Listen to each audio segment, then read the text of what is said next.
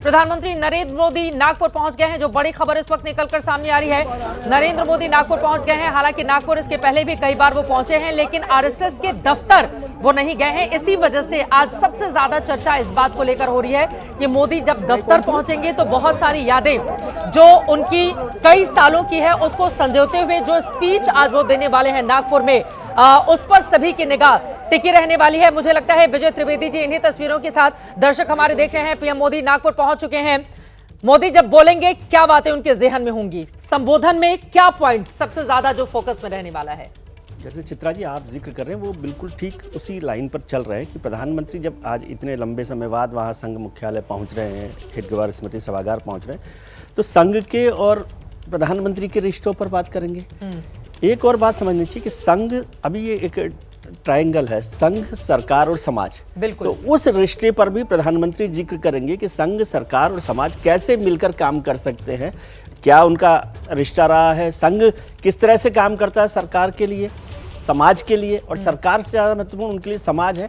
उन सब बातों पर चर्चा करेंगे। और ये शताब्दी वर्ष है जिसके चर्चा हम लोग कर रहे हैं। जो प्रधानमंत्री जी का विकसित भारत का जो कॉन्सेप्ट है, वही संघ का विकसित भारत का कॉन्सेप्ट है। 2047 को लेकर संघ जो है पूरा कार्यक्रम बना रहा है, और संघ 2047 में विकसित भारत के तौर पर इस देश को देखना चाहता है। उसकी अपनी योजनाएं हैं, सरकार उसमें कैसे भूमिका निभाती है वो महत्वपूर्ण है। मुझे लगता है कि ये सारी बातों पर चर्चा होगी। संघ प्रमुख और प्रधानमंत्री के बीच में चुनावों को लेकर चर्चा हो ऐसा मुझे नहीं लग रहा। वैसे भी बहुत कम समय, यहाँ जो है 17 मिनट उनका कार्यक्रम है हेडगेवार स्मृति सभागार में, 17 मिनट का कार्यक्रम है। और संघ कैसे काम करता है इसका उदाहरण मैं ये इसलिए चर्चा कर रहा था कि जब ये हेडगेवार जो डॉक्टर हेडगेवार साहब हैं, संघ के प्रथम सरसंघ चालक है, जिन्हें आदि सरसंघ चालक कहा जाता है, उनके निधन के बाद उनका स्मृति सभागार बनाने की बात हुई तो नागपुर के और देश के बहुत सारे बड़े लोगों ने कहा कि हम इसके लिए धन देंगे, पैसा देंगे, वो बनाया जाए। तो तब जो दूसरे सरसंघ चालक थे गुरुजी गोलवलकर, जिनके नाम पर आज ये माधव नेत्रालय बनाया जा रहा है, उन्होंने कहा कि नहीं, उससे क्या होगा कि वो फिर किसी एक का स्मारक या सभागार हो जाएगा। तो पूरे देश भर से उनका पूरे देश भर से चंदा इकट्ठा किया जाए, तो वो जब पूरे देश भर से पैसा आएगा तो वो स्मृति सभागार पूरे देश का स्मृति सभागार होगा। और उसके लिए वहां से पैसा लिया गया। और उसके बाद 1962 में, क्योंकि उनका निधन तो बहुत पहले हो गया, 20 साल 25 साल के पहले हो गया, उसके बाद वो स्मृति सभागार बनाया गया। तो संघ की भूमिका में, संघ के विचार में ये रहता है कि सबको जोड़ा जाए, सबको जो, इसीलिए राम मंदिर का जब निर्माण का काम हुआ, उससे पहले राम जन्मभूमि आंदोलन का हुआ, तो आपको पता हो कि गांव-गांव से शिलाएं मंगाई गई, फिर गांव-गांव से मिट्टी मंगाई गई, फिर गांव-गांव से पैसा मंगाया। तो लोगों को जोड़ने का, हिंदुत्व और राष्ट्रवाद ये दोनों भरने का काम आरएसएस की ओर से सालों से किया जा रहा है। और उसकी जो विचारधारा है उसको लेकर अक्सर विपक्ष लगातार निशाने पर लेता रहा है। आरएसएस को बीजेपी के साथ आरएसएस का क्या रिश्ता, ये बताने की जरूरत नहीं है। और इसी वजह से आरएसएस अगर खुद को गैर राजनीतिक संगठन बताता हो, बावजूद उसके सबसे ज्यादा वो राजनेताओं के, विपक्षी दलों के निशाने पर रहता है। फिलहाल नागपुर से लोगों की प्रतिक्रियाएं आ रही हैं, काफी ज्यादा खुश लोग अपनी बातों को किस तरह से अभिव्यक्त कर रहे हैं, सुनिए। और अभी हिंगना में भी जो प्रोग्राम रखे माधव नेत्रालय का, मैं उसमें भी अटेंड करने जा रहा हूँ। हम सब लोग वहीं पे जा रहे हैं। हमारे प्रधानमंत्री आज आ रही है, हमारे लिए बहुत शुभ दिवस है और हमारे लिए बहुत सौभाग्य है नागपुर वालों के लिए। आज हिंदू नव वर्ष प्रारंभ हुआ है और आज सिंधियों का भी नया वर्ष है, आज महाराष्ट्र का नया वर्ष है। ये सब चीज़ों के साथ मोदी जी का यहाँ पर आना ये बहुत ही शुभ संकेत देता है और नागपुर के लिए बहुत खुशी की बात है। स्वाभिमान है हमें कि हमारे पंत प्रधान आज के दिन हिंदू नव वर्ष के दिन नागपुर में पधार रहे हैं।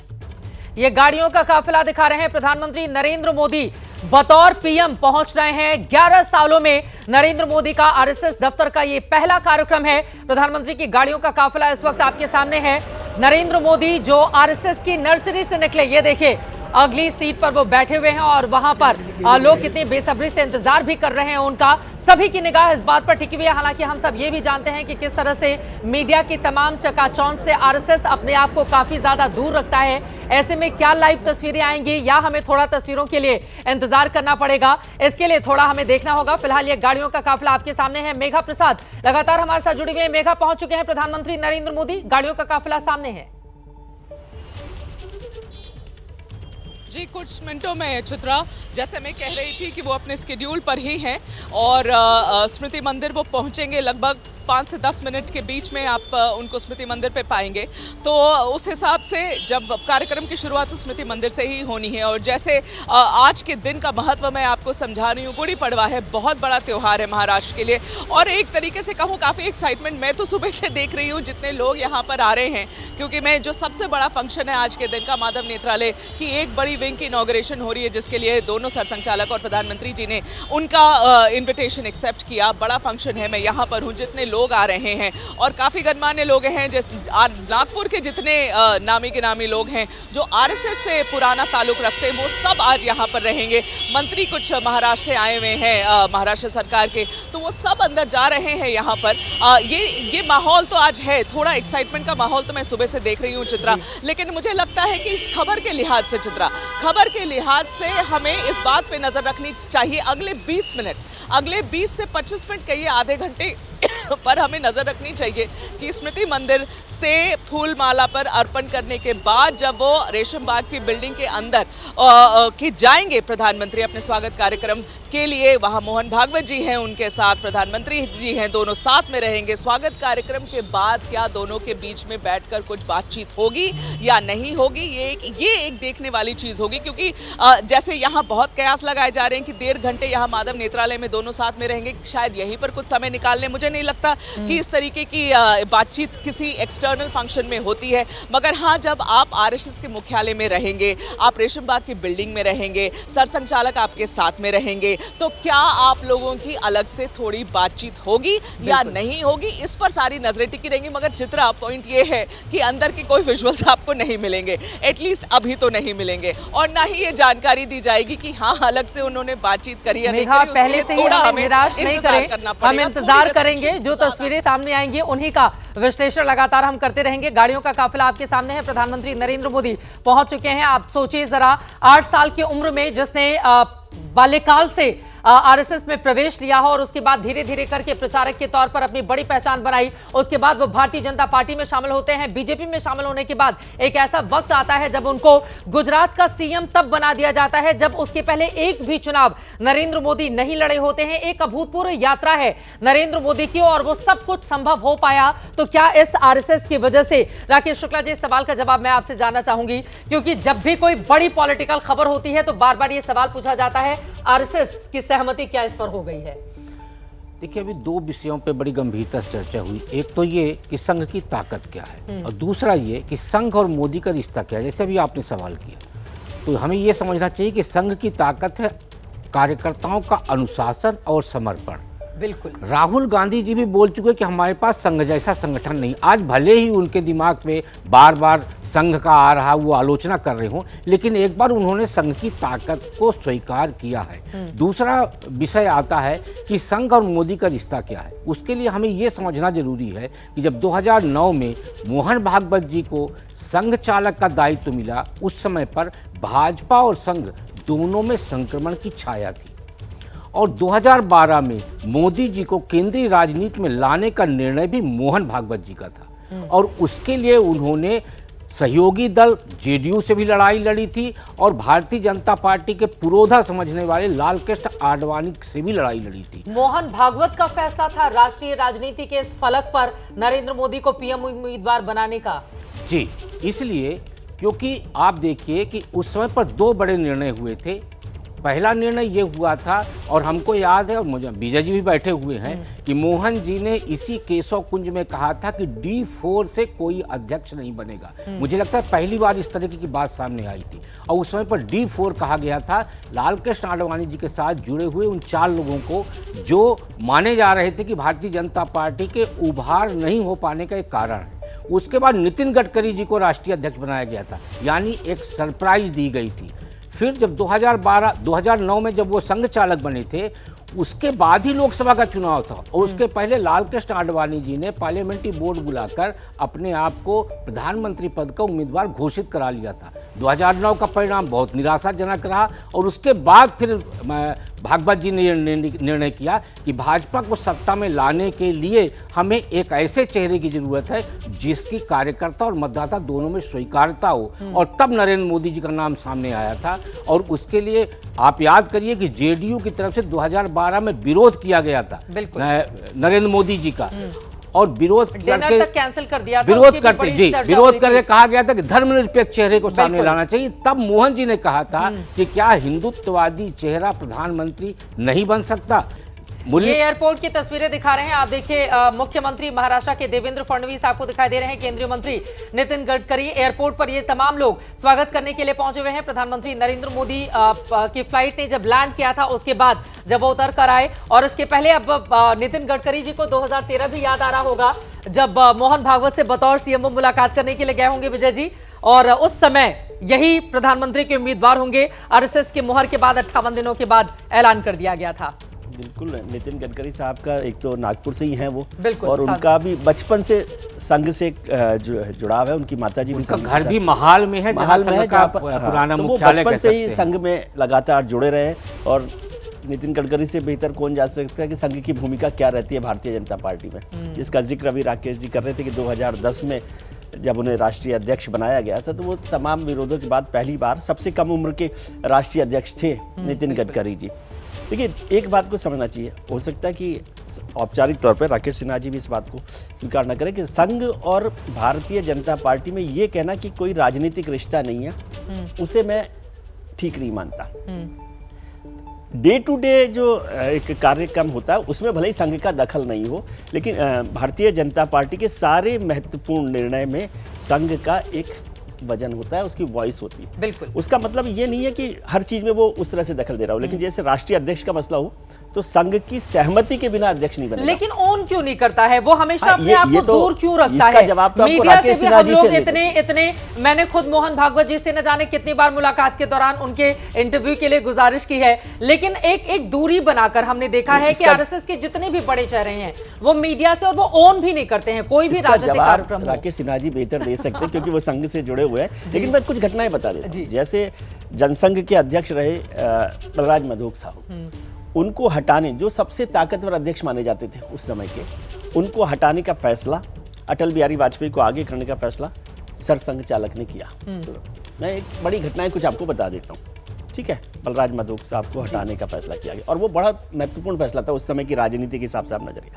दूसरा एक बड़ा महत्वपूर्ण फैसला देखिए, जब अटल बिहारी वाजपेयी की सरकार है और जसवंत सिंह और प्रमोद महाजन को मंत्री बनाने का फैसला प्रधानमंत्री वाजपेयी करते हैं और उनका नाम हाथ से लिखकर वो लिस्ट अपने पीए को देते हैं, सहयोगी को देते हैं। कंचन गुप्ता उस समय हुआ करते थे और दूसरे लोग होते थे, वो राष्ट्रपति भवन भेज दी जाती है लिस्ट।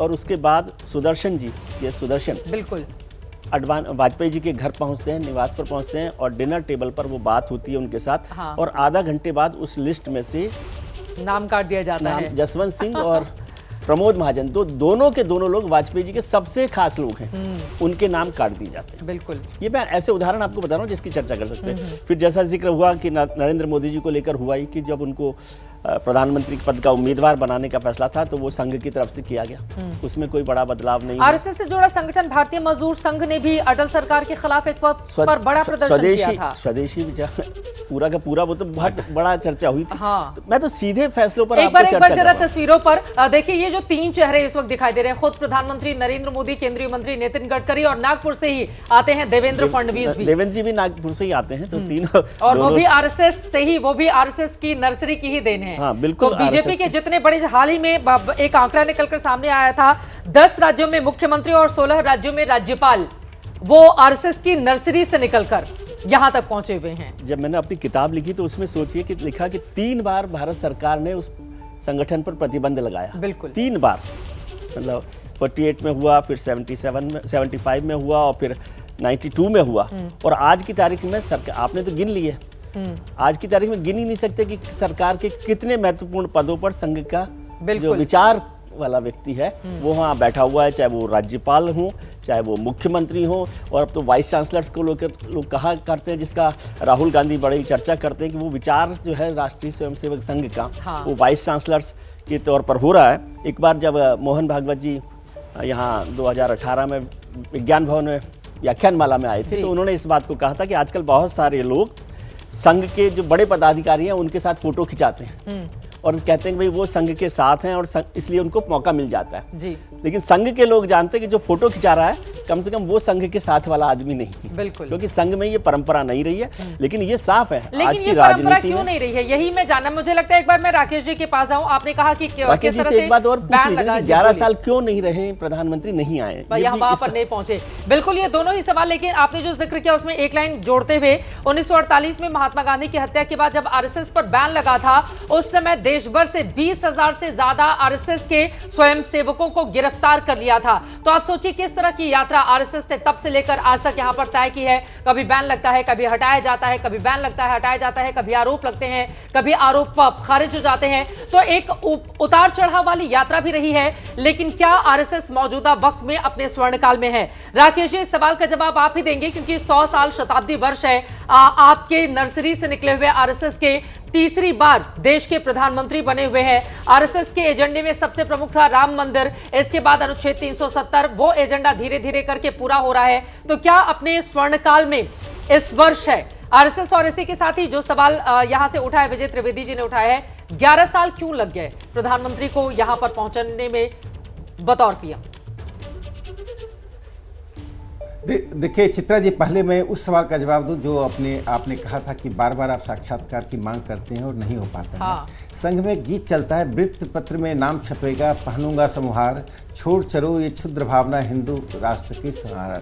यानी जो ये पब्लिसिटी है वो व्यक्ति की नहीं होनी चाहिए, एक्शन के द्वारा थॉट आना चाहिए। ये संघ का मूल भाव रहा है। इसलिए जहाँ जरूरत है प्रचार का संघ करता है, जहाँ जरूरत नहीं है उस प्रचार में संघ दखल नहीं देता है। एक बात जो सबसे महत्वपूर्ण है, पहले भी एनडीए सरकार थी वाजपेयी जी के दौरान और अभी भी एनडीए सरकार है।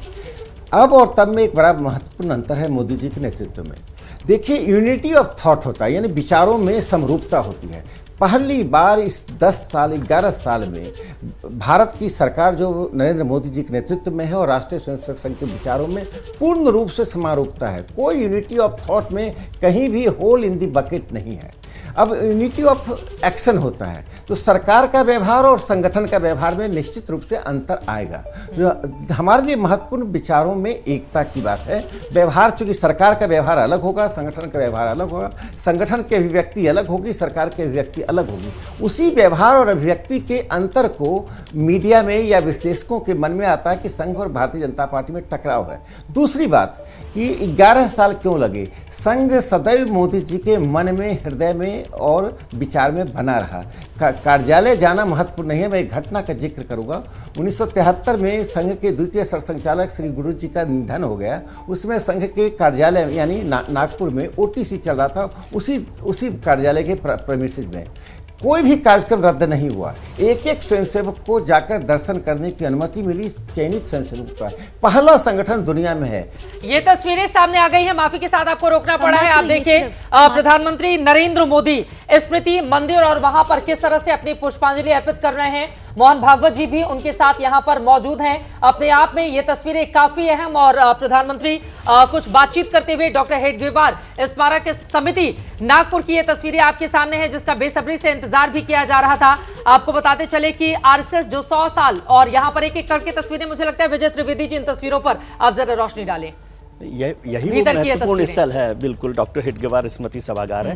देखिए, संघ में जो एक और महत्वपूर्ण बात है, इससे आपको समझ में आनी चाहिए कि अब तक जो 6 और 7 सरसंघ चालक हुए हैं, उसमें से केवल 2 लोगों को ये दर्जा मिला है वहां पर। बिल्कुल, डॉक्टर हेडगेवार साहब का वहां पर स्मृति सभागार है और गुरुजी गोलवलकर साहब का भी वहां पर स्मृति बनी हुई है।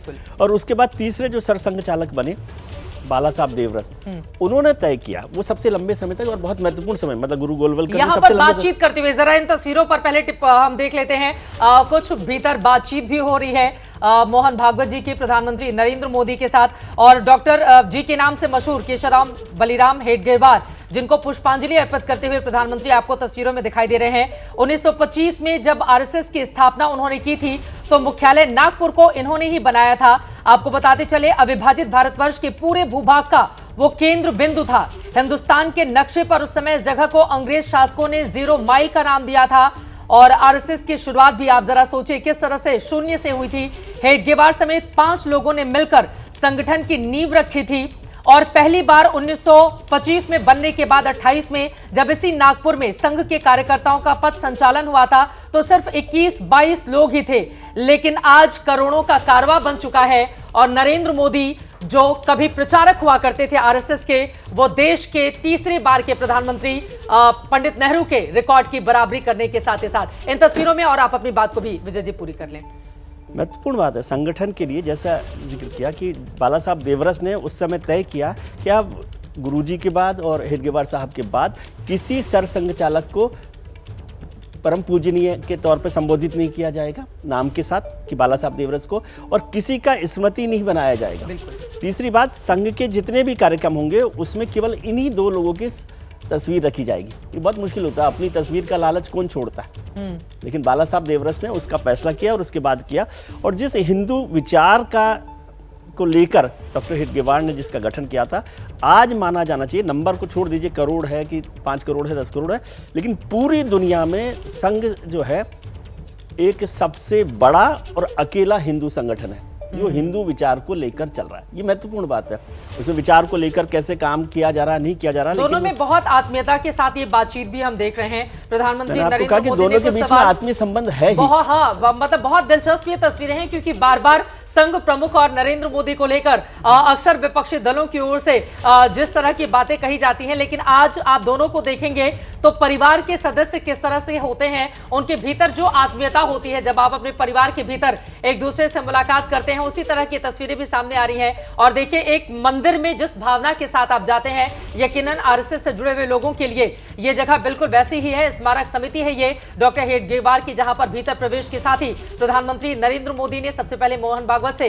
कुछ बहुत संक्षिप्त में चर्चा की है। हालांकि अगर विस्तार से उसकी तस्वीरें आएंगी, क्योंकि ये तस्वीरें धीरे धीरे करके हमारे पास आ रही हैं। जैसा कि मैंने आपको पहले भी बताया कि आरएसएस बहुत कम विश्वास करता है तस्वीरों या फिर वीडियो पर। हम सब जानते हैं कि कितनी ज्यादा कवरेज करने की हमारी कोशिश होती है, लेकिन हमेशा आरएसएस से जुड़े हुए लोग उससे इनकार ही करते हैं। लेकिन यहां पर आप देख रहे हैं गुरु को किस तरह से प्रधानमंत्री नरेंद्र मोदी ने नमन किया, श्रद्धा सुमन अर्पित किया, और उसके बाद यहां पर मोहन भागवत जी ने भी श्रद्धा सुमन अर्पित किया, उनको नमन किया। राकेश शुक्ला जी, मैं चाहूंगी तस्वीरों पर एक जल्दी से आपकी टिप्पणी। जी बिल्कुल, ये एक तरह से संघ के लिए प्रेरणा स्थल है। बिल्कुल। और संघ में जो भी स्वयंसेवक होता है वो एक बार जरूर कोशिश करता है कि हम रेशम बाग जाएं और इस प्रेरणा स्थल पे जाके हम पुष्पांजलि अर्पित करें।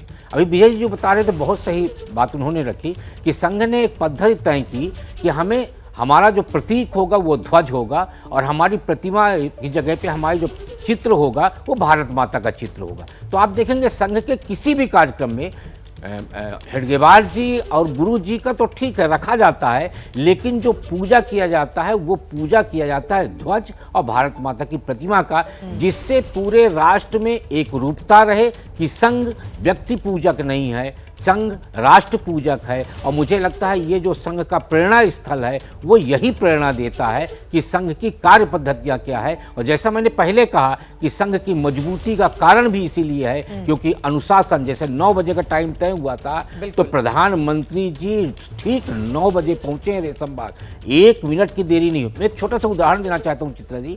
आगरा में कार्यक्रम था एक संघ का और मोहन भागवत जी उसमें उपस्थित रहने वाले थे। केंद्र के एक मंत्री को भी उसमें उपस्थित होना था। केंद्र के मंत्री जी आधा घंटा विलंब से पहुंचे, जैसा कि उनको लगता है कार्यक्रम में देरी से पहुंचना चाहिए, और कार्यक्रम प्रारंभ हो चुका था और उस केंद्र के मंत्री को अंतिम पंक्ति में बैठ के पूरा कार्यक्रम में रुकना पड़ा। मैं तो बीच में छोड़ के नहीं जा सकते। गौर से देखिए, क्योंकि पहली बार ऐसा हो रहा है जब बतौर प्रधानमंत्री नरेंद्र मोदी वहां पर पहुंचे हैं। इसके पहले साल 2000 में अटल बिहारी वाजपेयी भी वहां पर पहुंचे हुए थे। लेकिन आपको बता दें, इस समय मौजूदा वक्त में नागपुर में यहां पर जिसकी तस्वीरें आपको दिखा रहे हैं, संघ से जुड़े हुए जितने भी पदाधिकारी हैं उन सभी की वहां पर मौजूदगी है। और उसके पहले जब अटल जी गए थे तो कुछ लोग नहीं थे, लेकिन जैसा कि मैंने जानकारी कल इकट्ठा की, सारे के सारे पदाधिकारियों की इस वक्त वहां पर मौजूदगी है। मैं चाहूंगी वो तमाम चेहरे जिनको आप देखें, क्योंकि बहुत सारे चेहरे ऐसे हैं जो मीडिया से अपने आप को बहुत दूर रखते हैं, मैं चाहूंगी उनके बारे में भी आप जानकारी दें। जी दरअसल क्या है कि अभी ही प्रतिनिधि सभा समाप्त हुई है जी। और मुझे लगता है बेंगलुरु से सारे लोग आए होंगे, क्योंकि इनका क्या है, संघ का जो कार्य योजना होती है उसमें 3 दिन की तो प्रतिनिधि सभा होती है, जिसमें सारे अनुषांगिक संगठन और सारे जो एसोसिएट संगठन हैं, जो जुड़े हुए संगठन हैं, ऐसे संगठन जो संघ के वैचारिक रूप से प्रतिबद्धता के साथ चलते हैं, उनको एसोसिएट कर दिया जाता है। उस संगठन के लोग भी उस 3 दिन की बैठक में रहते हैं, लेकिन बैठक कम से कम 5 से 6 दिन की होती है, जिसमें पहले एजेंडा तय करने के लिए बैठक होती है अखिल भारतीय कार्यकारी मंडल की, और उसके बाद बैठक प्रतिनिधि सभा के समाप्त होने के बाद जो बड़े निर्णय लिए जाते हैं उसके लिए इनकी कोर ग्रुप की भी बैठक होती है संघ की। तो मुझे लगता है उस कोर ग्रुप में जो प्रमुख पदाधिकारी होते हैं, सरकारवाह, सहसर कार्यवाह और अखिल भारतीय कार्यकारिणी के जो अहम सदस्य होते हैं, वो सारे लोग फिर आए होंगे नागपुर। और मुझे लगता है नागपुर में प्रधानमंत्री जी का कार्यक्रम पहले से तय था और यहाँ पे माधव नेत्रालय का भूमि पूजन भी होना था। इसीलिए सारी कार्यकारिणी जो प्रमुख अधिकारी हैं जिनकी आप बात कर रही हैं, वो सारे लोग आज नागपुर में मौजूद होंगे। बिल्कुल। और इस वक्त हम अलग अलग तस्वीरें दिखा रहे हैं। देखिए, केशव बलिराम हेडगेवार जिनको श्रद्धा सुमन अर्पित करते हुए प्रधानमंत्री नरेंद्र मोदी की तस्वीरें सामने आ गई।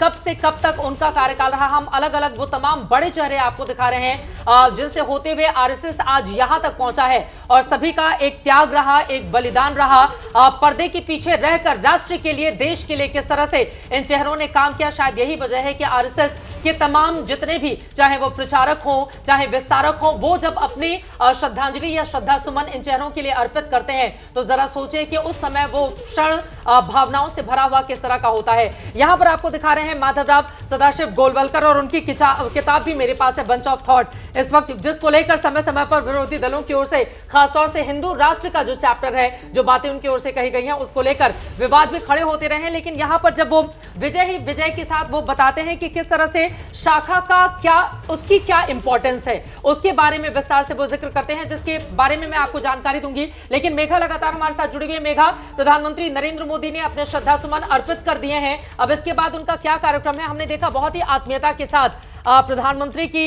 मोहन भागवत जी के साथ आपस में चर्चा की एक छोटी सी तस्वीर भी सामने आई। मेघा, मुझे लगता है ये तस्वीर के बहुत मायने निकाले जाएंगे चित्रा। वो तस्वीर मैं अभी देख रही थी जो हम अपने स्क्रीन्स पे दिखा रहे थे, जिस तरीके से बातचीत दोनों के बीच में हो रही है और उन तस्वीरों को जारी किया जा रहा है। याद रखिए, ये हमारे कैमराज नहीं हैं, ये वो कैमराज हैं जो दूरदर्शन के हैं, जो ANI में हैं। तो वही तस्वीरें बाहर आएंगी जो तस्वीरें बाहर करनी है उन्हें।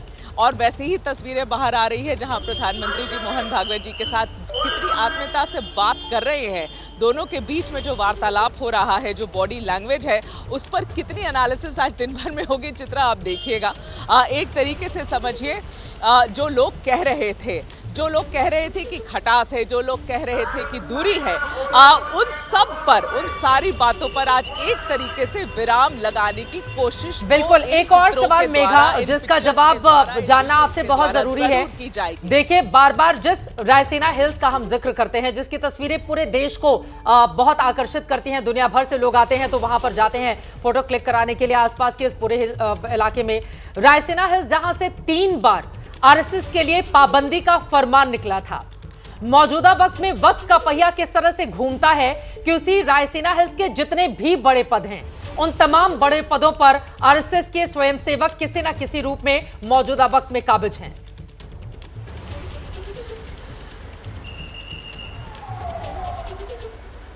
मेघा, आपसे ये सवाल था? अच्छा, फोन कट गया है। मुझे लगता है कि राकेश जी के पास एक बार जाते हुए, और ये तस्वीरें हम आपको दिखा रहे हैं। राकेश जी, मैं चाहूंगी इन तस्वीरों पर भी आपकी टिप्पणी हो जाए, और बड़ा महत्वपूर्ण हो जाता है। देखिए, भारतीय जनता पार्टी आरएसएस के लिए क्या माने, दोनों एक ही सिक्के के 2 पहलू कहे जा सकते हैं। क्योंकि इसके पहले एक वक्त पर हमने ये भी देखा है कि कांग्रेस को किस तरह से बहुत थोड़े वक्त के लिए ही सही, लेकिन आरएसएस का समर्थन मिला था, और उस समय माना गया था कि चूंकि कुछ ऐसे विचार थे जिसको लेकर उस समय के नेता आगे बढ़ते थे, जिसके बाद आरएसएस के मन में खटास भी पैदा हो गई थी। लेकिन तब से लेकर आज तक हमेशा भारतीय जनता पार्टी को ही बैक करती रही है आरएसएस। इन तस्वीरों पर भी आपकी टिप्पणी, और जिस रायसीना हिल्स का हमने जिक्र किया, 3 बार पाबंदी के फरमान वहां से निकले थे और आज देखिए सारे बड़े पदों पर आरएसएस के जो स्वयं सेवक हैं वो किसी न किसी रूप में वहां पर काबिज हैं और खुद प्रधानमंत्री नरेंद्र मोदी तो हैट्रिक लगाकर पीएम बन ही चुके हैं। देखिए इन चित्रों को देखकर जो एक शब्द चलता है सैफरन ब्रदरहुड, यानी भ्रातृत्व जो ही संघ में पहले भाईचारा सिखाया जाता है, पहले सामूहिकता सिखाई जाती है, फिर विचार बाद में आता है। यदि सामूहिकता नहीं है, विचार और मूल्य नहीं है तो विचार का महत्व नहीं रह जाता है। दुनिया के सभी संगठनों का पतन इसलिए हुआ कि विचार तो ही थे, मूल्यों में गिरावट हुई। संघ उन मूल्यों को बनाकर रखता है, वही आज इस चित्र में दिखाई पड़ रहा है। दूसरी सबसे बड़ी बात यह है जो आपने कहा रायसीना हिल में वे लोग हैं जिनको जहाँ से प्रतिबंध लगा था उसी जगह पर संघ के स्वयंसेवक हैं। एक समय ऐसा था कि 1919 में कांग्रेस के लोगों के लिए जो ब्रिटिश शब्द प्रयोग होता था उसके नौकरशाही के द्वारा गुंडा, यानी कांग्रेस के जो लोग प्रदर्शन करते थे उनको गुंडा, कार्यकर्ता ने गुंडा कहा जाता था। संघ के स्वयंसेवकों के लिए सांप्रदायिक ताकत का उपयोग होता था। यह पूरी तरह से भारतीय राज्य की वैचारिक परिवर्तन का आज ऐलान है कि भारत में जो विचार नेहरूवादी विचार चल रही थी, जो औपनिवेशिक विचार चल रहा था पंथ निरपेक्षता का, लोकतंत्र का और राष्ट्रवाद का, उसको आज संघ के विचार ने पूरी तरह से विस्थापित कर दिया है। वहाँ सिर्फ लोग ही नहीं बदले हैं, विचार भी बदला है। इसलिए मैं कहा जब प्रधानमंत्री मोदी जी विदेश जाते हैं तो भारत की संस्कृति का एक ध्वज लेकर भी जाते हैं। वो भगवत गीता देते हैं, वे हिंदू मंदिरों में जाते हैं और आबू धाबी में उन्होंने एक हिंदू मंदिर बनाने की पहल की। यह संघ के वैचारिक परिवर्तन, राज्य में हुए वैचारिक परिवर्तन का एक ऐलान है। और प्रधानमंत्री नरेंद्र मोदी जी ने कभी भी अपने को संघ के विचारधारा से छिपाने का या आंख बिचौनी करने का काम नहीं किया है। इसलिए संघ के स्वयंसेवकों की अगाध आस्था उनके नेतृत्व में बनी हुई है। दूसरी बात है, संघ एक खुला संगठन है। जो भी व्यक्ति या विचार या संगठन राष्ट्र के लिए काम करेगा, संघ का सहज समर्थन होगा।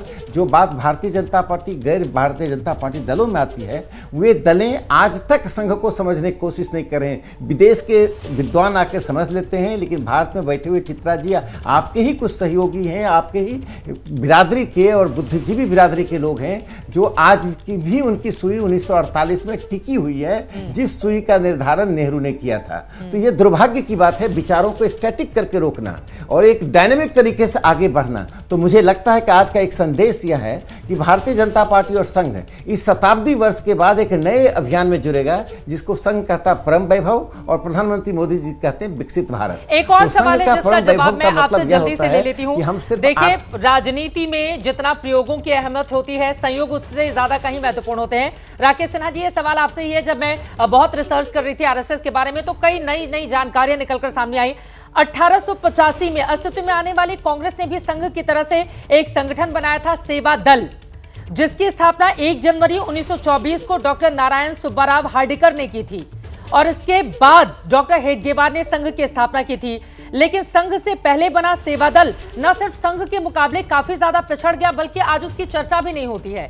और आज देखिए आरएसएस कहां से शून्य से किस शिखर पर जाकर पहुंचा हुआ है। इसके पीछे की क्या वजह समझ में आती है, राकेश सिन्हा जी? देखिए सेवा दल जो बना था वो कांग्रेस का एक आनुषंगिक संगठन के रूप में बना था। उसका उपयोग कांग्रेस के कार्यक्रमों को सफल बनाने के लिए था और कांग्रेस के अध्यक्ष को सैल्यूट देने के लिए था। और जो राष्ट्रीय स्वयंसेवक संघ बना वो भगवा ध्वज को सैल्यूट करने के लिए बना था और देश के कार्यक्रम के लिए बना था। तो देश की सनातनता के साथ संघ की सनातनता, चिरंतनता बनी हुई है और कांग्रेस के उत्थान और पतन के साथ सेवा दल का उत्थान और पतन हुआ। आज सेवा दल का उपयोग इतना ही है कि व्हाइट कैप पहनाकर, उजले कपड़े पहनाकर उनको सैल्यूट दिलाया जाता था।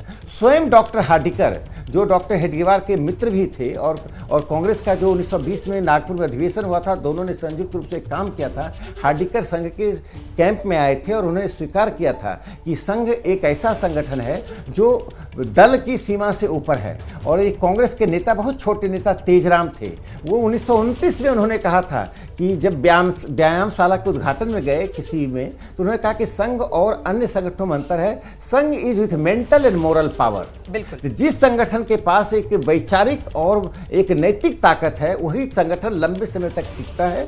जिन संगठनों के पास सिर्फ एक भौतिकता यानी राष्ट्रीय दल से जुड़ा हुआ ताकत है, उन संगठनों का संबंध उस दल के उत्थान पतन से संघ ने कभी भारतीय जनता पार्टी से औपचारिक रूप से नहीं जोड़ा है। हमारा एक वैचारिक एकता है, हमारा एक संगठनात्मक एकता है, लेकिन संघ उस एकता के कारण भारतीय जनता पार्टी में नहीं हुआ है। क्योंकि भारतीय जनता पार्टी ही इस देश में सांस्कृतिक राष्ट्रवाद को लेकर चल रही है, इसलिए संघ के स्वयंसेवक भारतीय जनता पार्टी को चुनाव से लेकर अन्य समय में मदद करते हैं, लेकिन संघ अपने को राजनीतिक रूप से कभी ढालता है न कभी ढालेगा। बिल्कुल, ऐसे तमाम लोगों को मैं खुद जानती हूं जो आरएसएस से जुड़े हुए हैं, लेकिन पर्दे के पीछे रहकर वो किस तरह से राष्ट्र निर्माण के लिए लगातार काम कर रहे हैं और वो सामने आना भी नहीं चाहते हैं। ऐसे बहुत सारे लोग हैं जिनको ना पैसे, ना रुपए, ना ग्लैमर, किसी भी चीज से कोई मतलब नहीं है, लेकिन यकीनन संघ में वो लोग बहुत ज्यादा ताकतवर हैं। लेकिन फिलहाल आज देखिए क्या अपने स्वर्णिम काल में पहुंच चुका है संघ। इसी सवाल के साथ मेघा प्रसाद सीधे आपका रुख करना चाहूंगी,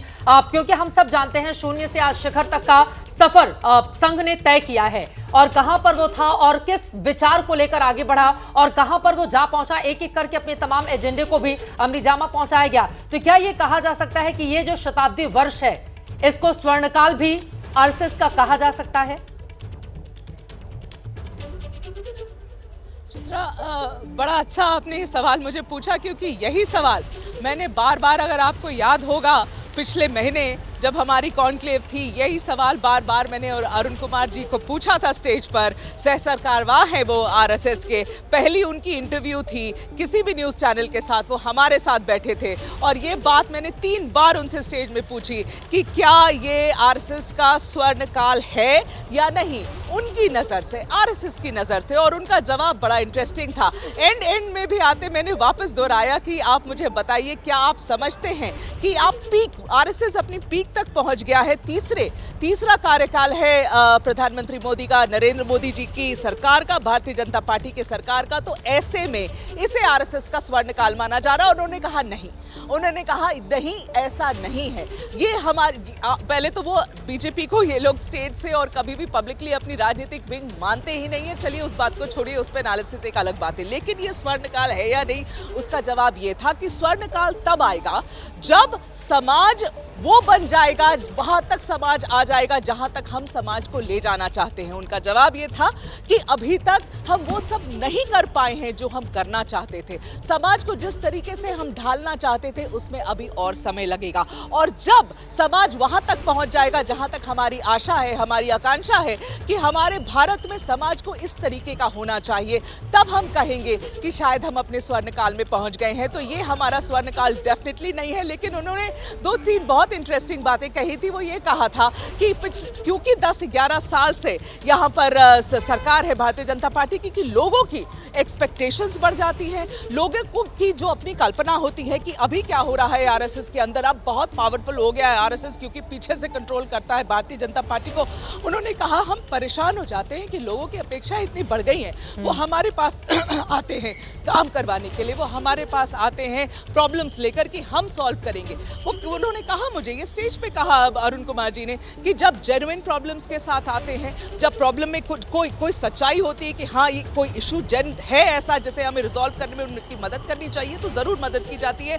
मगर बहुत तरीके की चीजें लेकर लोग आ जाते हैं, किसी को अपना काम करवाना है, किसी को अब बहुत सरकार में कितनी तरीके के काम होते हैं, चित्रा, ये सारी चीज़ भी आरएसएस की तरफ जाते हैं। और उनका जवाब बड़ा अच्छा था। उन्होंने कहा कि जब ऐसे लोग हमारे पास आते हैं ना और उनको 2-3 महीने में समझ में आ जाता है कि गलत दरवाज़ा खटखटाया उन्होंने, हमारे पास उनका कुछ भी नहीं होगा, ऐसा कोई काम नहीं होगा जो सरकार से वो करवाना चाहते हैं, जो काम इनके हिसाब से ठीक नहीं है, फिर वो 2-3 महीने में खुद ही अपना रास्ता ढूंढते हैं, दूसरी जगह जाकर अपनी काम करवाने की कोशिश करते हैं। आरएसएस नहीं करेगा।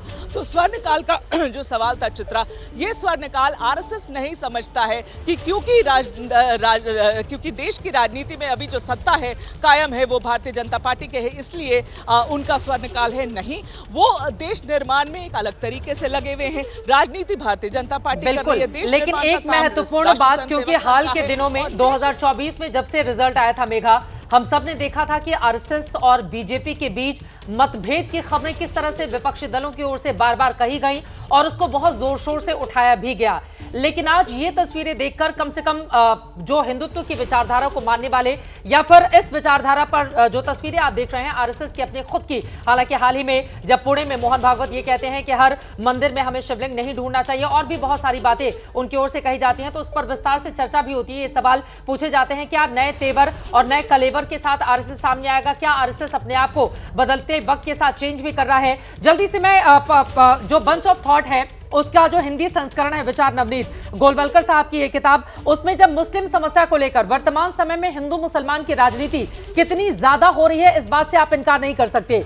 प्रख्यात मुस्लिम विद्वान पत्रकार डॉक्टर सैफुद्दीन जिलानी से 30 जनवरी 1971 को कलकत्ता में संपन्न एक भेंट वार्ता के दौरान जो सवाल जवाब हुए थे उसमें सवाल पूछा गया था, देश के समक्ष आज जो संकट मोबाइल खड़ा है उन्हें देखते हुए हिंदू मुस्लिम समस्या का क्या कोई निश्चित हल ढूंढना आपको आवश्यक प्रतीत नहीं होता? गुरु गोलवलकर से यह सवाल पूछा गया था और उनका यह जवाब था कि देश का विचार करते समय मैं हिंदू और मुसलमान इस रूप में विचार नहीं करता, परंतु इस प्रश्न की ओर लोग किस दृष्टि से देखते हैं। आजकल सभी लोग राजनीतिक दृष्टि से ही विचार करते हुए दिखाई देते हैं। हर कोई राजनीतिक स्थिति का लाभ उठाकर व्यक्तिगत तथा जातिगत स्वार्थ सिद्धि करने में लगा होता है। उस स्थिति में वर्तमान में सभी समस्याएं देखते ही देखते हल हो जाएंगी अगर हम राजनीति की ओर देश हित और केवल देश हित को दृष्टिगत रखते हुए अपने काम को आगे बढ़ाते हैं। तो ये बातें हिंदू मुसलमान सवाल के समक्ष जब उनका सामना होता है तो गुरु गोलवलकर की ओर से की जाती हैं। लेकिन इसी में हिंदू राष्ट्र का भी जिक्र होता है, जिसके बाद बार बार विपक्षी दलों की ओर से सवाल पूछे जाते हैं। विजय त्रिवेदी जी, अब आपके पास आते हुए मोहन भागवत जी ने जब से कार्यभार संभाला, मैं चाहूंगी कि उनकी भी थोड़ी हम चर्चा कर लें विस्तार से, क्योंकि उन्होंने भी बहुत विस्तार दिया है। राम मंदिर भूमि पूजन के दौरान भी वो अयोध्या में थे और उसके बाद जब राम मंदिर देश दुनिया के सामने आता है उस समय भी हमने देखा, उनका संबोधन सुना था। लेकिन जब वो हिंदू मुस्लिम या फिर शिवलिंग को लेकर बयान देते हैं, हर मंदिर में शिवलिंग ढूंढने की कोशिश नहीं करनी चाहिए, हमें आगे बढ़ना है, तो कई जगहों से उनकी आलोचना भी होती है। सवाल पूछे जाते हैं, संघ क्या बदल रहा है? बहुत महत्वपूर्ण सवाल है और ख़ासतौर से ऐसे मौके पे कि जब 100 साल किसी संगठन के पूरे हो रहे हैं उसमें ये चर्चा कि क्या संघ बदल रहा है। दरअसल संघ की जब स्थापना की डॉक्टर हेडगेवार ने, तब से ये विचार था कि बदलाव सबसे स्थायी चीज़ है, तो संघ को हमेशा बदलते रहना चाहिए। लेकिन मानव प्रकृति में बदलाव ही सबसे मुश्किल काम है, ये भी है। मैं समझता हूँ बाला साहब देवरस के बाद डॉक्टर मोहन भागवत दूसरे सरसंघ चालक हैं जो संघ को समय के साथ आगे ले जाने की पुरजोर कोशिश कर रहे हैं। बिल्कुल। और जब 2017-18 में उनकी व्याख्यान माला हुई दिल्ली में 3 दिन की, वो बहुत महत्वपूर्ण व्याख्यान माला है जिसमें उन्होंने संघ के नए विचार को अपनी बड़ी ताकत के साथ सामने रखा। और यदि उस व्याख्यान माला को आप देखेंगे तो उसमें शायद कोई सवाल नहीं था जो संघ से जुड़ा हो, उसका जवाब उन्होंने नहीं दिया हो, चाहे वो मुसलमानों को लेकर हो, वो महिलाओं को लेकर हो, राष्ट्र को लेकर हो, आज़ादी को लेकर हो, तमाम बातों पर।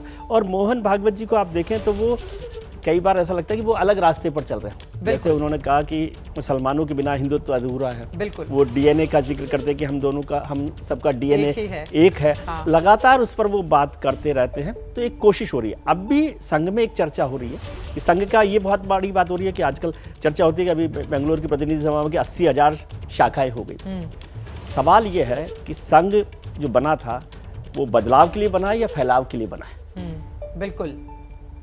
तो और क्या संघ बदलाव के लिए तैयार है या फैलाव के लिए? क्योंकि फैलाव तो आसान होता है, आप बढ़ा सकते हैं, और जब सरकार में हो तो फैलाव करना और आसान हो जाता है। लेकिन उस समय बदलाव करना मुश्किल काम होता है और डॉक्टर मोहन भागवत इसमें लगातार कोशिश कर रहे हैं। ये सच है कि उनके बहुत सारे विचारों को आज भी नीचे तक जो स्वयं सेवक है वहां उसको स्वीकार करने में थोड़ी सी मुश्किल होती है। एक और चीज जिसका मैं जिक्र करना चाहूंगी, एक कार्यक्रम अंतर्राष्ट्रीय मुद्दों को लेकर था जिसमें हम लोग भी पहुंचे हुए थे और उसमें मोहन भागवत जी का संबोधन हो रहा था। मैंने देखा 35 से 30 लोग ही उस कार्यक्रम के भीतर थे, लेकिन उसके बावजूद वो वहां पर आते हैं, संघ की क्या सोच है देश और अंतर्राष्ट्रीय परिदृश्य में उसकी विस्तार से वो चर्चा करते हैं। मेरे कहने का मतलब ये है, देखिए आरएसएस का फैलाव जितना ज्यादा है जिसका आप जिक्र कर रहे हैं, बहुत बड़े बड़े पुणे में जो कार्यक्रम हुआ था उसमें हजारों की तादाद में लोग आए थे, उसको भी मैं कवर करने के लिए पहुंची हुई थी। तो कभी हजारों की तादाद में संघ प्रमुख का व्याख्यान आख्यान हमने देखा है, कभी बहुत कम सीमित जगह पर लोग बैठे हुए हैं, लेकिन उनको संबोधित करते हुए अपनी बातों को वो दूर तक लेकर जाना चाहते हैं। इससे क्या बातें समझ में आती हैं?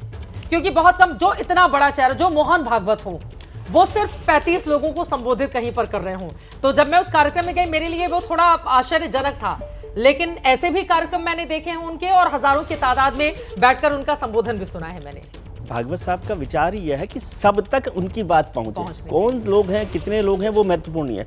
इस दौरान ये भी हुआ, जब से सरसंघचालक रहे हैं, जो हमारे दुनिया भर के प्रतिनिधि हैं, एम्बेसडर्स हैं, उनके साथ भी वो मुलाकात लगातार करते रहे, दुनिया के अलग अलग देशों के, ताकि ये बात पहुंचे। क्योंकि जितना संवाद होता है उतनी जो आपकी कन्फ्यूजन है वो ख़त्म होते हैं। जब बात होगी तो आप समझाने की कोशिश करेंगे। जैसे राकेश सिन्हा जी कह रहे थे कि यहाँ की आपकी बिरादरी, मतलब हमारी बिरादरी के लोग भले ही ना समझे, लेकिन दुनिया भर के लोग आकर समझते हैं। तो सरसंघ चालक भी इसमें लगातार कोशिश करते रहे हैं।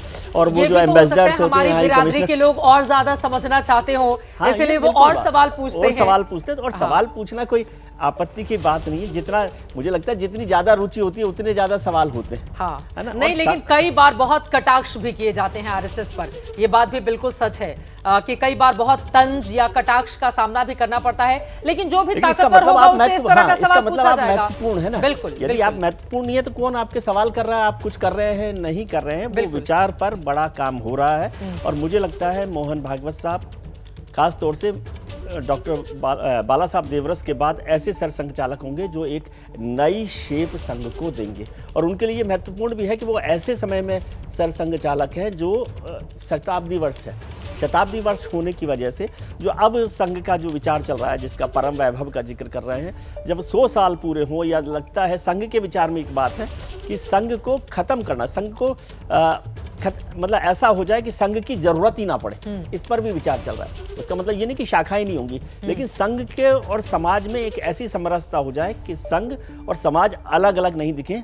इस पर काम किया जा रहा है समरसता के साथ, क्योंकि उनको लगता है कि संघ संगठन के तौर पर महत्वपूर्ण नहीं है। इस पर काम डॉक्टर मोहन भागवत कर रहे हैं। लेकिन कितना आगे बढ़ते हैं, बहुत सारी बातें होती हैं। मैं जाना, ये नई बातें आपकी ओर से कही गई हैं, उसके बाद मैं फौरन राकेश शुक्ला जी आपके पास आ रही हूँ। आपने कहा है कि फिर से मैं चाहूंगी उन बातों को दोहराएं आप। ये एक नई जानकारी निकलकर सामने आई है। आप कह रहे हैं कि मोहन भागवत इस एजेंडे को लेकर आगे बढ़ रहे हैं। बिल्कुल, इस एजेंडा को लेकर आगे बढ़ रहे हैं, क्योंकि वो समाज में और संघ में समरसता रखना चाहते हैं। हाँ। और वो कह रहे हैं कि जैसे चीनी को आप पानी में मिलाते हैं ना, तो मिठास तो पानी में आ जाती है, चीनी गायब हो जाती है ना। तो संघ को भी वो उसी तरह चाहते हैं कि वो मिठास या जो एजेंडा है वो समाज तक पहुंच जाए, उसमें संघ महत्वपूर्ण नहीं रह जाए। क्योंकि जब तक संगठन महत्वपूर्ण रहता है तो बहुत सारी बाधाएं आपके पास रहती हैं। लेकिन बिना संगठन के आप अपनी बात संगठन कैसे खत्म नहीं करना है ना। हाँ। उस दूरी को खत्म करना है। जैसे संघ में एक बात कही जाती है कि भारत में 2 ही तरह के लोग रहते हैं। एक तो वो है जो संघ के हैं, संघ में शामिल हैं, और दूसरे जिन्हें संघ में आना है।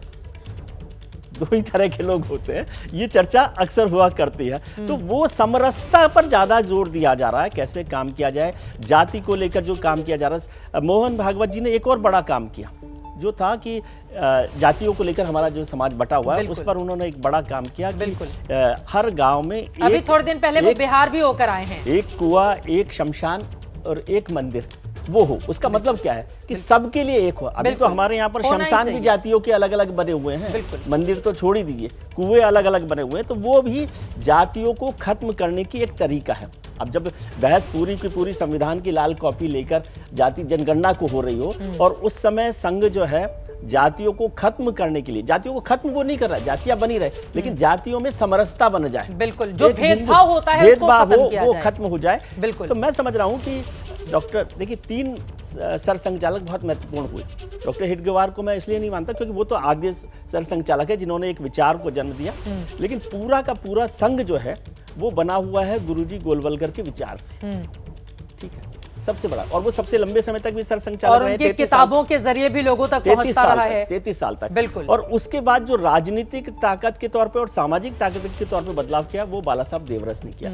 और अब उसके बाद तीसरे नंबर पर मोहन भागवत जी आए हैं, जो संघ को एक नई दिशा, एक नया स्वरूप, नई संरचना देना चाहते हैं। तो तीनों लोग बहुत महत्वपूर्ण हैं। सरसंघचालक जब वो रहे गुरुजी गोलवलकर उन्होंने जो विचार दिया उसी की वजह से उन पर कटाक्ष होते हैं, उतनी नाराजगी होती है, उतना बातें होती है कि किस तरह से हुआ। और उसमें भी आप महत्वपूर्ण बात सोचिए कि गुरुजी का जो विचार है, आपने जिक्र वो जलील साहब के इंटरव्यू का किया है, लेकिन जो बंच ऑफ थॉट्स है उसमें गुरुजी का विचार कुछ और है। हालांकि संघ उसको कहता है कि वो गुरुजी का विचार नहीं है, उसको एक कलेक्शन ऑफ थॉट्स के तौर पर देखा जाता है। लेकिन बाला साहब देवरस ने और मोहन भागवत जी ने तो औपचारिक तौर पर कहा कि भाई हम उस विचार को नहीं मानते, बिल्कुल उस समय से हम आगे बढ़ गए हैं। और इसलिए संघ ने क्या किया कि जो गुरुजी की बंच ऑफ थॉट्स है, जिसकी हम चर्चा करते रहते हैं, उसको माना ही नहीं है। अब वो उससे आगे आ गए हैं। वो गुरुजी समग्र एक पुस्तक आई जिसमें गुरुजी के सामयिक विचारों को साथ में रखा गया, लेकिन और आगे ये किया गुरु गया। गोलवलकर की इस किताब को लेकर विरोधी दल तो बार बार उसी के कुछ पन्ने पलटते हैं। जल्दी से मैं वो 4 लाइनें हिंदू राष्ट्र को लेकर, देखिए बार बार कहा जाता है कि आरएसएस का जो एजेंडा है वो देश को हिंदू राष्ट्र बनाना है, वो हिंदुत्व की बात करता है, और इस वजह से भी काफी ज्यादा आक्रामक तरीके से विरोधी दलों की ओर से हमला किए जाते हैं। यहां पर जो बातें कही गई थी, 25 मार्च 1974 को अखिल भारतीय प्रतिनिधि सभा नागपुर में प्रकट समारोह के अवसर पर उनकी ओर से जो बातें कही गई थी उसकी कुछ लाइनें। कुछ लोग कहेंगे कि ये हमने अपने हिंदू राष्ट्र का विचार कहा तो सभी लोग उसे नहीं मानेंगे, परंतु इस सत्य की उद्घोषणा को कुछ लोग आज माने न माने उससे कुछ बिगड़ता नहीं। और फिर विस्तार से वो अपनी बातों का जिक्र करते हैं। इसी हिंदू राष्ट्र को लेकर बार बार सवाल भी खड़े किए जाते रहे। हालांकि 100 साल बदलाव का वर्ष होता है, ऐसे में क्या अपने भीतर एक बदलाव लाने की कोशिश भी यहां पर लगातार संघ की ओर से की जा रही है। और ये सीधी तस्वीरें इस वक्त हम आपको दिखा रहे हैं दीक्षा भूमि की। ये सीधी तस्वीरें प्रधानमंत्री नरेंद्र मोदी यहां पर पहुंचे हुए हैं, जहां पर बाबा साहब भीमराव अंबेडकर और उनके तमाम अनुयायियों ने बौद्ध धर्म को स्वीकार किया था। साल 1956 का वो वक्त था, वहां पर प्रधानमंत्री नरेंद्र मोदी की ये तस्वीरें। क्या अगर एम्बियंस है हम सुना सकते हैं। वहां पर देखिए प्रधानमंत्री नरेंद्र मोदी पहुंचे हुए हैं और यहां पर गौतम बुद्ध को अपने श्रद्धा सुमन अर्पित करते हुए, उनको प्रणाम करते हुए, और यहां पर ये तस्वीरें आपको दिखा रहे हैं। दीक्षा भूमि की ये तस्वीरें हैं और प्रधानमंत्री नरेंद्र मोदी की ओर से वहां पर जो विजिटर बुक है उसमें अपनी बातों की, अपनी भावनाओं की अभिव्यक्ति भी की जा रही है। इस पर मैं चाहूंगी राकेश शुक्ला जी। इसके पहले भी 2017 में प्रधानमंत्री नरेंद्र मोदी यहां पर जा चुके हैं और आज एक बार फिर से दीक्षा भूमि यहाँ पे आके और बौद्ध धर्म को अपनाने के पीछे सीधा सीधा कारण ये था कि उनका ये कहना था कि हम अपनी जाति तो बदल नहीं सकते, लेकिन हम धर्म बदल सकते हैं। धर्म बदलने के पीछे उनका लॉजिक ये था कि जो हमारी जाति के बीच में विसंगतियाँ हैं, यदि हम उसको बदलेंगे तो वो समतल हो जाएगा, यानी समरूपता आएगी। और उसी समरूपता को लाने के लिए अपने सारे अनुयायियों के साथ वो दीक्षा भूमि में पहुँचे थे और धर्म परिवर्तन करके वो बौद्ध धर्म को अपना लिए थे। तो इस पवित्र भूमि का सबसे बड़ा भाव ये है कि प्रधानमंत्री जी जब भी नागपुर जाते हैं तो मुझे लगता है दीक्षा भूमि जरूर जाते हैं। और दीक्षा भूमि जाने के एक राजनीतिक कारण यदि हम देखें तो जिस तरीके से 2024 के लोकसभा चुनाव में कांग्रेस नेता राहुल गांधी जी वो लाल संविधान की पुस्तिका लेके पूरे देश में भटके हैं, उससे भी ये मैसेज जा रहा है पूरे देश को कि भारत सरकार, भारतीय जनता पार्टी और प्रधानमंत्री, ये तीनों का देश के संविधान का निर्माण करने वाले बाबा भीमराव अंबेडकर के प्रति उतना ही सम्मान है, जबकि कांग्रेस सिर्फ किताब लेके घूम रही है। यहाँ की ये तस्वीरें दिखा रहे हैं प्रधानमंत्री नरेंद्र मोदी। इसके पहले साल 2017 में भी दीक्षा भूमि जा चुके थे और आज का ये दिन बेहद महत्वपूर्ण है। एक और सवाल राकेश शुक्ला जी, उसके बाद मैं बाकी लोगों के पास आऊंगी। देखिए, एक तरफ जहां वो डॉक्टर हेडगेवार और गुरु गोलवलकर को अपनी श्रद्धांजलि, श्रद्धा सुमन अर्पित करने के लिए पहुंचते हैं, तो वहीं दूसरी तरफ वो दीक्षा भूमि भी जा रहे हैं जहां पर 4 लाख अनुयायियों के साथ डॉक्टर भीमराव अंबेडकर ने बौद्ध धर्म अपनाया था। और एक और बड़ा दिलचस्प है, देखिए विजयादशमी जो काफी महत्वपूर्ण है और इसी विजयादशमी पर 100 साल पूरे करेगी आरएसएस। तो वहीं दूसरी तरफ डॉक्टर भीमराव अंबेडकर ने भी 14 अक्टूबर 1956 को अशोक विजयादशमी पर उनकी ओर से बौद्ध धर्म अपनाया गया था। तो आज दोनों ही, मतलब 2 अलग अलग विचारधारा, 2 अलग अलग बातें, लेकिन उनमें एक समरूपता इन तस्वीरों में। हाँ, जो अभी विजय जी ने कहा ना, इसमें समरूपता है समरसता की।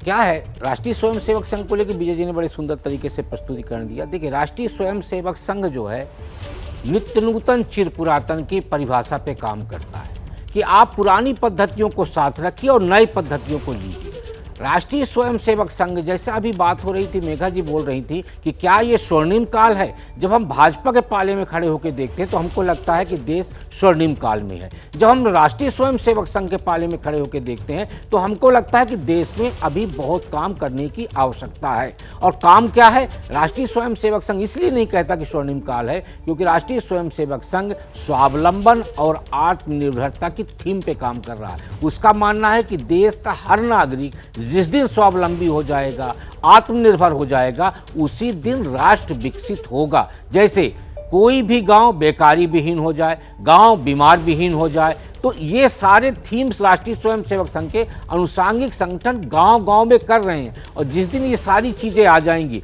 उसी दिन राष्ट्र को हम स्वर्णिम काल का मानेंगे। राष्ट्रीय स्वयंसेवक संघ का यही धारणा है और संघ उसी धारणा पे काम कर रहा है। तो आज मोदी जी का स्मृति स्थल पे जाना, दोनों स्मृति स्थल में कहूँगा जाना, दीक्षा भूमि पे भी और रेशम बाग पे भी, वो सबसे महत्वपूर्ण यही है कि दोनों की थीम भले ही वैचारिक तौर पे हम अलग देखें लेकिन दोनों की थीम एक है और वो है राष्ट्र में समरसता। बिल्कुल, वो दोनों तस्वीरें एक बार फिर से टीवी स्क्रीन पर लाइए क्योंकि इन तस्वीरों को देखकर अक्सर जब भी हम जिक्र करते हैं बुद्धम शरणम गच्छामि, धम्मम शरणम गच्छामि और उसी में एक और लाइन आती है संघम शरणम गच्छामि। और हम बतौर पत्रकार जब भी संघ को लेकर कोई कार्यक्रम बनाते हैं या कोई बड़ा चेहरा पहुंचता है उसमें संघम शरणम गच्छामि का जिक्र जरूर किया जाता है। लेकिन इन दो तस्वीरों को आप इस रूप में समझ सकते हैं, मुझे लगता है विजय त्रिवेदी जी आप और ज्यादा, क्योंकि एक आप देखें, एक की विचारधारा बिल्कुल अलग, दूसरे की बिल्कुल अलग, लेकिन नागपुर में ये वो महत्वपूर्ण जगह जहां पर बाबा साहब आंबेडकर ने अपने अनुयायियों के साथ जाकर बौद्ध धर्म ग्रहण किया था। वो क्या परिस्थितियां थी, मैं चाहूंगी कि उसके बारे में भी अगर आप हमारे दर्शकों को जानकारी दें। देखिए, स्मृति मंदिर और दीक्षा भूमि दो जगह एक साथ प्रधानमंत्री जा रहे हैं, ये भी संघ के बदलाव की कहानी, समझे, बड़ा बदलाव है। संघ ने डॉक्टर अंबेडकर को कब स्वीकार किया? बहुत लंबा समय लगा संघ को स्वीकार करने में। और यदि आप दीक्षा भूमि जाएंगे तो वहाँ 22 प्रतिज्ञाएं लिखी हुई हैं डॉक्टर अंबेडकर की। तो वो 22 प्रतिज्ञाओं में से शायद ही कोई है जो संघ मानता हो। संघ कोई मानता हो उसमें से ऐसा नहीं है। तो ये एक बड़ा बदलाव है कि आज डॉक्टर अंबेडकर की जो दीक्षा भूमि है वहाँ पे प्रधानमंत्री नरेंद्र मोदी मौजूद है। लेकिन ये आज का मौका नहीं है। प्रधानमंत्री नरेंद्र मोदी के रहते हुए इस सरकार ने जितने भी अंबेडकर के महत्वपूर्ण स्थान है उसको पंच तीर्थ के तौर पर डेवलप किया। वो नागपुर हो, वो मऊ हो, वो दिल्ली हो या जहाँ अलीपुर रोड हो या लंदन में हो, तो वो पंच तीर्थ के तौर पर उन्होंने उसको स्वीकार किया। और ये बात जो राकेश जी ने कही वो महत्वपूर्ण है कि एक पार्टी संविधान की लाल कॉपी दिखा रही हो और दूसरी तरफ वो पांचों जगह पर भारतीय जनता पार्टी में और प्रधानमंत्री मोदी ने उन सारे स्थानों को डेवलप किया। कुशीनगर में भी वहां पर अंतर्राष्ट्रीय एयरपोर्ट दिया गया और वो गोरखपुर से बिल्कुल पास है। हमने देखा कि अंतर्राष्ट्रीय एयरपोर्ट वहां पर पहुंचने से कितनी ज्यादा सहूलियत हो रही है उन तमाम लोगों को जो बौद्ध धर्म को मानते हैं या जो उसमें आस्था रखते हैं, वो वहां पर पहुंचते हैं दर्शन के लिए। इसके साथ साथ 22,000 करोड़ की लागत से करीब 600 किलोमीटर का बुद्ध सर्किट भी बनाया जा रहा है। तो आपके बिहार, उत्तर प्रदेश दोनों जगहों पर बुद्ध सर्किट डेवलप किया जा रहा है कि जिससे बनारस से लेके और बोध गया तक आने जाने की सुविधा हो और विदेशी पर्यटक भी जो आते हैं या विदेशी लोग भी जो बौद्ध धर्म के लोग आते हैं उनके लिए भी एक सुविधाजनक स्थितियां बने। जी विजय, बदलाव जो है ना वो एक प्रधानमंत्री नरेंद्र मोदी ने अपनी भावनाओं की अभिव्यक्ति आरएसएस स्मृति मंदिर में जो संदेश लिखा है उसकी तस्वीरें आ गई हैं। क्या हम फुल फ्रेम में चला सकते हैं ताकि मैं एक बार पढ़ के अपने दर्शकों को जानकारी दे दूं। प्रधानमंत्री नरेंद्र मोदी लिखते हैं, परम पूजनीय डॉक्टर हेडगेवार जी और पूज्य गुरु जी को शत शत नमन। उनकी स्मृतियों को संजोने के लिए इस स्मृति मंदिर में आकर अभिभूत हूं। और आगे वो लिखते हैं कि संस्कृति, राष्ट्रवाद और संगठन शक्ति के तमाम मूल्यों को समर्पित ये स्थली राष्ट्र की सेवा को आगे बढ़ाने की प्रेरणा हम सभी को देती है। संघ के इन दो मजबूत स्तंभों को ये स्थली देश की सेवा में समर्पित लाखों स्वयंसेवकों के लिए ऊर्जा पुंज है। हमारे प्रयासों में मां भारती का गौरव सदा यूं ही आगे बढ़ता रहे। कितनी सुंदर हैंडराइटिंग में आमतौर पर हमने देखा है, मतलब बहुत कम ऐसी लिखावट होती है। सुंदर सी हैंडराइटिंग में आप देखिए प्रधानमंत्री नरेंद्र मोदी की ओर से अपनी भावनाओं की अभिव्यक्ति दोनों ही सरसंघ चालकों को लेकर किस तरह से की गई है। ये दोनों ही सरसंघ चालक, इसीलिए हमने जिक्र किया ना कि संघ में जो सबसे बड़े सरसंघ चालक माने जाते हैं, मतलब वही दो लोगों को सबसे ज़्यादा परम पूजनीय के तौर पर देखा जाता है, गुरुजी को और हेडगेवार साहब को। हाँ, राकेश सिन्हा जी को कहीं जाना है, एक बार जल्दी से मैं उनकी टिप्पणी ले लेती हूँ। स्मृति मंदिर से प्रधानमंत्री ने जो संदेश दिया है वो हमने अपने दर्शकों को बता दिया है। मैं चाहूंगी कि आप भी इस पर थोड़ा प्रकाश डालें। स्मृति मंदिर को लेकर क्या खासियत, और जैसा कि विजय जी ने अभी जिक्र किया कि बहुत सारी बातें डॉक्टर भीमराव अंबेडकर को लेकर जो आरएसएस नहीं मानता रहा है, लेकिन अब अपने शताब्दी वर्ष वो पूरे कर रहा है और बहुत सारे बदलाव भी खुद के भीतर लेकर आ रहा है। राकेश सिन्हा ने तो डॉक्टर हेडगेवार पर किताब रिसर्च भी की है। बिल्कुल नहीं, देखिए डॉक्टर हेडगेवार और डॉक्टर अंबेडकर के बीच में बड़ी समरूपता थी। दोनों ही समाज परिवर्तन के डॉक्टर थे। वे मनुष्यों के डॉक्टर नहीं, समाज परिवर्तन के डॉक्टर थे। 1938 में दोनों की एक लंबी मुलाकात हुई थी, जिसे बाला साहब सालुंके जो रिपब्लिकन पार्टी के ट्रेजरर थे, और वे ऐसे एक सांसद थे चित्रा जी, जिनकी मृत्यु के बाद उनकी पत्नी को पुणे की सड़क पर झाड़ू लगाकर परिवार को चलाना पड़ा था। उन्होंने अपनी जीवनी में जो लिखा कि डॉक्टर हेडगेवार और अंबेडकर जी के बीच में एक सामंजस्य पूर्ण वार्ता हुई थी, इसलिए डॉक्टर हेडगेवार और अंबेडकर जी के बीच में कोई विरोधाभास नहीं था। दोनों के रास्ते अलग थे, लेकिन राष्ट्र निर्माण के ऊपर एक समरूपता थी। और एक बात आपने कही कि बड़े अच्छे हैंड राइटिंग में मोदी जी ने लिखा, अच्छे हैंड राइटिंग के साथ वो अच्छे विचार को भी लिखा, जिस विचार को समझने की जरूरत है। देखिए, आरएसएस पर पढ़ना लिखना भी प्रतिबंधित था। एक बात मैं बता दूं आपके दर्शकों को, 1951 में संघ की स्थापना के लगभग 26 साल बाद पहली किताब संघ पर जे कुरेन ने, एक अमेरिकन स्कॉलर ने लिखा। उस किताब लिखने पर, अच्छी किताब थी, किताब लिखने पर भी आकलन हुआ कि संघ का CIA से संबंध है। दूसरी जो सबसे बड़ी राइटिंग आई 1972 में एंडरसन ने, जिन्होंने बाद में पुस्तक लिखी सेफर ब्रदरहुड, उन्होंने इकोनॉमिक एंड पॉलिटिकल वीकली में 6 सीरीज में आरएसएस पर आर्टिकल लिखा। दोनों ही अध्ययन एक सिस्टमेटिक अध्ययन था। तो मुझे लगता है कि संघ को जिस तरह से निर्वासित, अवांछित और उपेक्षित किया गया भारतीय राज्य के द्वारा, प्रधानमंत्री नरेंद्र मोदी जी डंके की चोट पर बताने की कोशिश की कि जिस बात को लेकर डॉक्टर हेडगेवार जी ने संघ की स्थापना की, जिसे 1940 से लेकर 1973 तक श्री गुरुजी संघ के सरसंघचालक रहे, डॉक्टर जी 25 वर्ष रहे, 40 वर्ष रहे। तीसरी बात एक मैं बता दूं कि संघ एक ऐसा संगठन है जिसका नामकरण स्थापना के 6 महीने बाद हुआ, जिसके कार्यालय स्थापना के कई वर्षों के बाद बना। संघ एक ऐसा संगठन है जिसके सरसंघचालक की नियुक्ति यानी मनोनयन संघ की स्थापना के 4 साल बाद हुआ। तो संघ पहले कार्यालय बनाकर, अन्य संगठन पहले कार्यालय बनाते हैं, ऑब्जेक्टिव लिखते हैं और प्रचार करते हैं, फिर चलता है। संघ ने पहले काम शुरू किया, एक्शन फर्स्ट जो संघ का नारा है, यानी नेशन फर्स्ट के द्वारा संघ काम कर रहा है। एक और अंतिम मैं बात बता दूं कि डॉक्टर हेडगेवार जी का 1889 में जन्म हुआ था।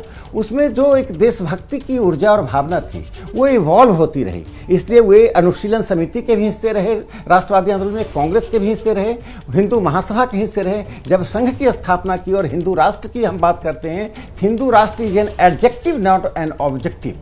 एडजेक्टिव और ऑब्जेक्टिव में अंतर होता है। हम थियोक्रेटिक स्टेट नहीं है, धर्म राज्य नहीं बनाना चाहते हैं, हम सांप्रदायिक राज्य, इस्लामिक राज्यों की तरह नहीं बनाना चाहते हैं। उसका एक उदाहरण मैं देकर बात समाप्त करता हूँ। डॉक्टर हेडगेवार जी को एक कॉलोनी के उद्घाटन के लिए बुलाया गया, तो उन्होंने पूछा कॉलोनी का नाम क्या है, तो कहा हिंदू कॉलोनी। उन्होंने कहा हिंदू देश में हिंदू कॉलोनी नहीं हो सकता है, यहाँ पारसी कॉलोनी हो सकता है, क्रिश्चियन कॉलोनी हो सकता है। हिंदू राष्ट्र हम अपनी ऐतिहासिकता के कारण, अपनी संख्या के कारण, अपनी गुणवत्ता के कारण, और सबसे बड़ी बात है हिंदू समाज की प्रयोग धर्मिता के कारण है। इसी प्रयोग धर्मिता ने अनेक संप्रदाय, अनेक पंथ, अनेक दर्शन को जन्म दिया और जन्म देती रहेगी। इसी विविधता को संघ बनाए रखना चाहता है, जिसे विपक्ष को ही नहीं, भारत के विद्वानों को, समाजशास्त्रियों को समझने की जरूरत है। जिस बात को कुरेन समझ गए, जिस बात को एंडरसन समझ रहे हैं, उस बात को भारत के विद्वान समझने को तैयार नहीं है। अपनी घड़ी की सुई को आगे बढ़ाएं। यदि बैटरी पुरानी पड़ गई तो बैटरी चेंज कर दें। नेहरूवादी राज्य समाप्त हो चुका है, नेहरूवादी युग समाप्त हो चुका है। ये मोदी युग है, जिस मोदी युग में संघ के विचार और व्यवहार के प्रति राज्य की एक समरूपता है। हम संस्कृति को और अर्थव्यवस्था को, यानी राम और रोटी दोनों को लेकर आगे बढ़ रहे हैं। सिर्फ रोटी से कोई राज्य आगे नहीं बढ़ता। रोमन साम्राज्य का पतन हो गया था। राम यानी संस्कृति के प्रतीक हैं। एक राज्य परम वैभव तब प्राप्त करता है जब अपनी विरासत को और विरासत को प्रगतिशील तरीके से रखता है। हम दकियानुसी नहीं है। इसलिए मोहन भागवत जी ने कहा हर मस्जिद में आप शिवलिंग मत ढूंढिए। हमें मालूम है हजारों मस्जिदों को तोड़ा गया है, लेकिन जो ऐतिहासिक स्थान है, जो हमारी परंपराओं को, हमारे भविष्य को संवारती हैं, उन्हें हम प्राप्त करेंगे। शेष हम सामंजस्य के साथ बढ़ेंगे। इसलिए मुसलमानों के लिए, ईसाइयों के लिए, अन्य अन्य धर्मावलंबियों के लिए भी संदेश है कि संघ उस विविधता को, उस प्रयोग धर्मिता को बनाकर रखना चाहता है। यही आज मोदी जी की यात्रा का संदेश है। और जो अंबेडकर जी समाज में परिवर्तन चाहते थे, उपेक्षित समाज का वर्ग, इसलिए सामाजिक समरसता मंच के द्वारा एवं विभिन्न मंचों के द्वारा संघ काम कर रहा है। और भारतीय मजदूर संघ का मोदी जी ने जिक्र किया था, उसका एक मैं स्लोगन बताता हूँ, लिबराइजिंग द इंडस्ट्री, माने इंडस्ट्री का श्रमिकीकरण हो।